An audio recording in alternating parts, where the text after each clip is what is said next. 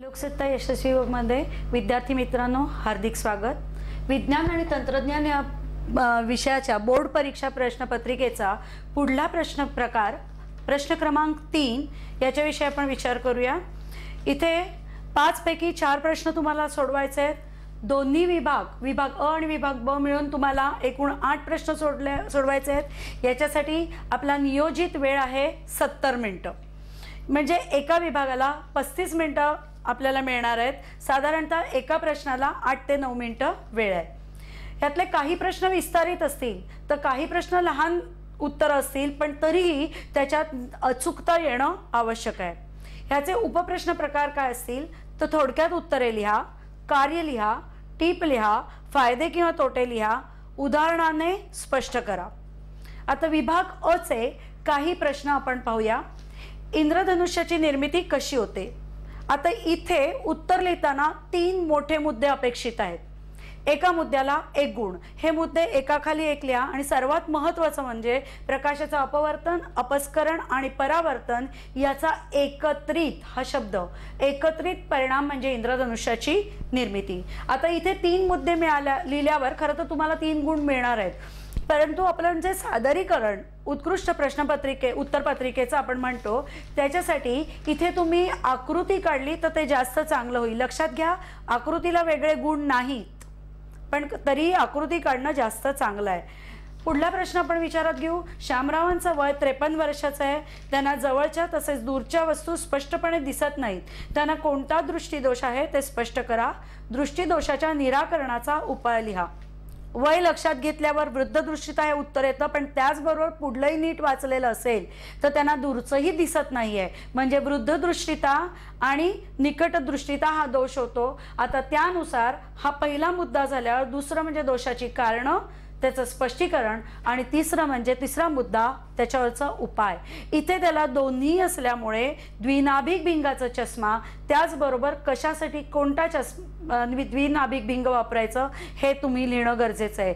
महत्त्वाचा मुद्दा यातला की विद्यार्थी मित्रांनो, भिंग अमुक भिंग वापरा असं न लिहिता भिंगाचा चष्मा हा शब्द तुम्ही वापरायला हवा, कारण आपण भिंग लावून काही फिरत नाही, चष्मा लावून आपण फिरत असतो। त्याच्यानंतर पुढचा प्रश्न, नालकुंतलाची व्याख्या लिहा। नालकुंतलाच्या साहाय्याने कायमस्वरूपी चुंबक कसे तयार करतात? औद्योगिक क्षेत्रात कायमस्वरूपी चुंबक तयार करण्यासाठी वापरण्यात येणारी संमिश्र कोणती? परत 3 मुद्दे आहेत।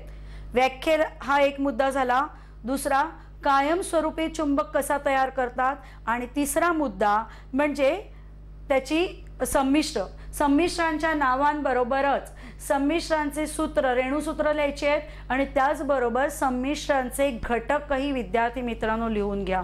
आता संमिश्रांचे घटक हा मुद्दा जर वेगळ्या दृष्टीने विचार केला तर तुम्हाला 1 गुणांना सुद्धा हा प्रश्न येऊ शकतो। प्रश्न असाही येऊ शकतो 1 गुणांना की नावं लिहा संमिश्रांची आणि त्याचे घटक लिहा। 3 गुणांचा पुढला प्रश्न, प्रथमेशच्या घराचे छत सुशोभित करण्यासाठी ए पदार्थ वापरला। पदार्थाचं नाव व रेणुसूत्र लिहा आणि ए पदार्थाची पाण्याबरोबर होणारी रासायनिक अभिक्रिया लिहा। छतासाठी वापरला गेलेला जो पदार्थ आहे तो आहे POP म्हणजेच प्लॅस्टर ऑफ पॅरिस। याचं सूत्र आहे CaSO4H2O। विद्यार्थी मित्रांनो, लिहिताना चूक कुठे होते? या ए च्या ऐवजी तुम्ही CU घाईघाईत लिहिता की मग ते चुकतं।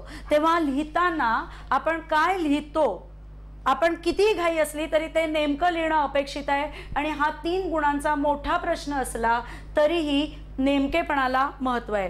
त्याचबरोबर याचं रासायनिक समीकरण लिहिताना फक्त उत्पादित काय तयार होतं ते नको आहे, तर तयार होणारं उत्पादित जिप्सम हे टणक आहे, ही अभिक्रिया उष्मादायी आहे, ह्याचा उल्लेख इकडे गरजेचा आहे। त्याच्यानंतर असेच विभाग ब चे काही प्रश्न आपण बघूया। विभाग ब मधला, हृदयाच्या खालील भागाचे प्रत्येकी 1 कार्य लिहा। 1 महाधमनी, 2 फुफ्फुस शिरा आणि 3 महाशीर। इथे तुम्ही फक्त त्याचं कार्य लिहिलं की तुम्हाला 1 गुण मिळणार आहे। म्हणजेच विद्यार्थी मित्रांनो, 3 गुणाचा प्रश्न म्हणजे खूप मोठं उत्तर लिहायला पाहिजे असं नाही, अचूक नेमकं उत्तर गरजेचं आहे। पुढला प्रश्न आहे, ॲल्युमिनियमच्या विद्युत अपघटनी क्षपणात वापरण्यात येणाऱ्या रासायनिक संयुगांची नावं आणि सूत्र सकारण लिहा।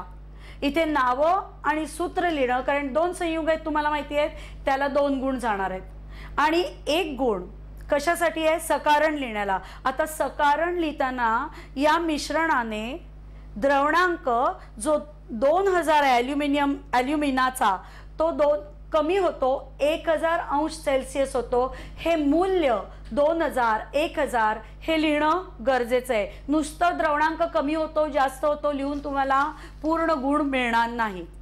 पुढला प्रश्न, समजात श्रेणी म्हणजे काय आणि अल्कोहोलची समजात श्रेणी लिहा। आता इथे व्याख्या हा पहिला मुद्दा, दुसरा त्याचे भौतिक गुणधर्म, रासायनिक गुणधर्मात फरक आणि तो का होतो हे स्पष्टीकरणासह, आणि तिसरा मुद्दा आहे तो त्याचं उदाहरण।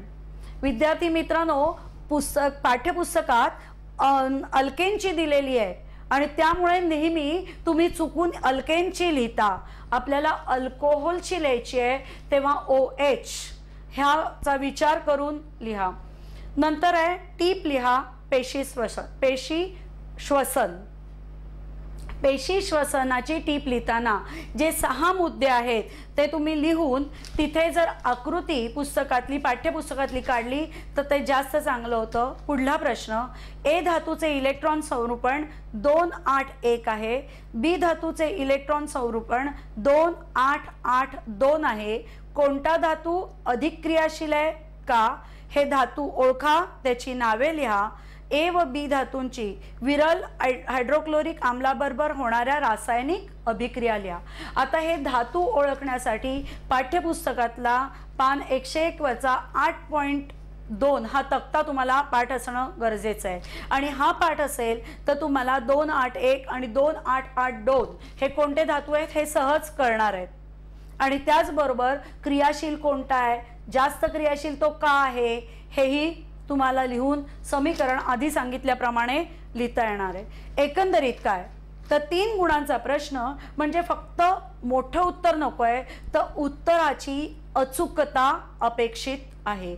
उत्तर लिहिताना मुद्दे एकाखाली एक लिहा, अधोरेखित करा। असेच प्रश्न तुम्हाला लोकसत्तेच्या यशस्वी भव सदरात दिलेले आहेत, ते जरूर अभ्यासा। पुढला प्रश्न प्रकार आपण व्हिडिओ चर्चा सत्राच्या पुढील भागात बघू।